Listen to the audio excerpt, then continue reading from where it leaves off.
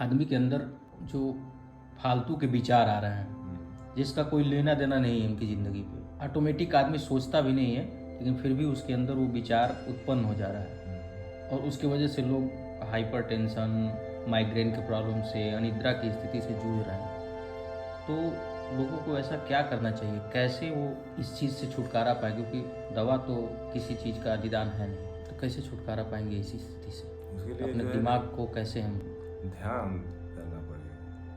ध्यान का मतलब हो गया, मतलब जैसे कहा, मम दर्शन फल परम अनूपा, जीव पाव निज सहज स्वरूपा। मम दर्शन मतलब मम क्या है? मम का मतलब कि अपना दर्शन। तब अपने शरीर में आप खोजिए, आप कहाँ हैं, जिसके कारण मतलब यह शरीर जिसे जिसको आप मैं कह सकते हैं, ये मैं हूँ। अभी आपसे पूछा जाए तो आप कहेंगे मेरा आँख है, मेरा नाक है, मेरा कान है, मेरा शरीर है, मेरा पैर है। तो मतलब आप कौन है? जैसे सब मेरा हो गया, तो फिर आप कौन है? तो उसी मम मतलब इसमें देखिए, सिर्फ जीवंत क्या है? सिर्फ श्वास है। इस शरीर में अगर कोई जीवंत है, जो आ जा रहा है, जो चल रहा है, वह केवल स्वर है, सांस। किसी यही आप है, ये सांस जो है वही आप है। उसी को कह रहे हैं कि मम दर्शन फल परम अनुपा। जो अपना दर्शन करता है वह उसको अनुपम फल की प्राप्ति होती है। और कि वह फल कैसा है? कहें जीव पाव निज सहज स्वरूपा। वह अपने सहज स्वरूप को प्राप्त कर लेता है, जो वास्तव में वह है। जैसे वो कुछ बनने की कोशिश कर रहा है, इसीलिए वह अशांत है। जैसे जो है उसको स्वीकार नहीं कर रहा है, वो सोच रहा है मैं कुछ और हो जाऊं। तो और कुछ होने में आप संतुष्ट कैसे रह सकते हैं? जो आप हो वही हो जाओ। तो कैसे होंगे आप? जब आप अपने श्वास का, अपने स्वर का दर्शन करेंगे। आ रहा है, जा रहा है, देखते देखते देखते देखते सांस जैसे ही खड़ी होगी, मन भी अपने आप खड़ा हो जाएगा।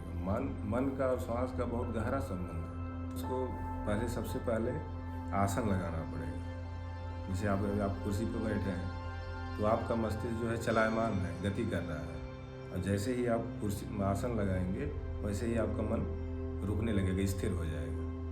मतलब आप विश्वास के पात्र हैं। यह नोए निमित्त पात्र विश्वासा। नोए का मतलब होता है छनना।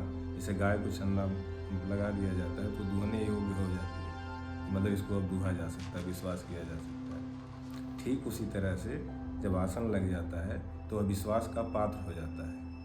तो उसकी जो एनर्जी है, जो परमात्मा की एनर्जी है, वह सीधे जो है उसके ऊपर वह खड़ी हो जाती है। तो सबसे बड़ी मतलब आसन लगाइए, बैठिए। वो कबीर जो एक लाइन कहे हैं, मतलब उसका अलग अलग लोग भाष्य करते हैं। कहा, पहले दही जमाइए, पाछे दुहिए गाय, और दूधवा दुह के अपना पिए, घिया बनारस जाए। क्या मतलब है इसका? पहले दही जमाइए, पाछे दुहिए गाय। तो उस मतलब यही कह रहे हैं कि मतलब पहले आसन लगाइए, पाछे दुहिए गाय। गाय धोने का मतलब हो क्या हो गया? प्राणायाम। एक सांस से सांस को खींच रहे हैं, फिर ला करके अपने नाभि के नीचे मूलाधार में, वहाँ ले जा करके उसका हवन करें, पान का अपान में। जिसको भगवान कृष्ण ने कहा है, हे पार्थ, जो पान का अपान में हवन करता है वह महायोगी, वह सबसे बड़ा जो है यज्ञ करने वाला है। सबसे बड़ा यज्ञ जो है पान का अपान में हवन करना। तो अब वही मतलब खींच के वही चीज को कबीर ने कहा कि मतलब दूह रहे हैं आप। पहले दही जमाइए, पाछे दुहिए गाय, और दूधवा दुह के अपना पिए। मतलब वह क्या कर रहा है? इस प्राणवायु को ले जा करके यहाँ खींच करके रोक रहा है। जिसको कहा, पूरक कर कुंभक करे, कुंभक खीर पकावे, फिर जब रेचक करे तो धीरे धीरे पावे। मतलब इसको लाइए और खींच के रोकिए, मतलब उसको पीजिए। वो कह रहे हैं कि दूधवा दुही के अपना पिए और घिया बनारस जाए। जो हमारी जो रिजर्वायर है एनर्जी का, वह धीरे धीरे ऊपर की तरफ चढ़ने लगता है। इसमें क्या है? मतलब इसी को कह रहे हैं घिया, मतलब ये मेन शक्ति है, यह ऊपर की तरफ चढ़ने लगती है।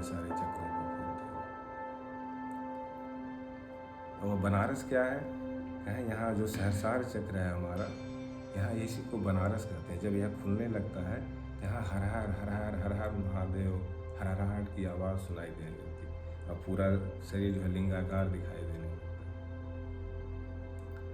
वो जो कहें घिया बनारस जो है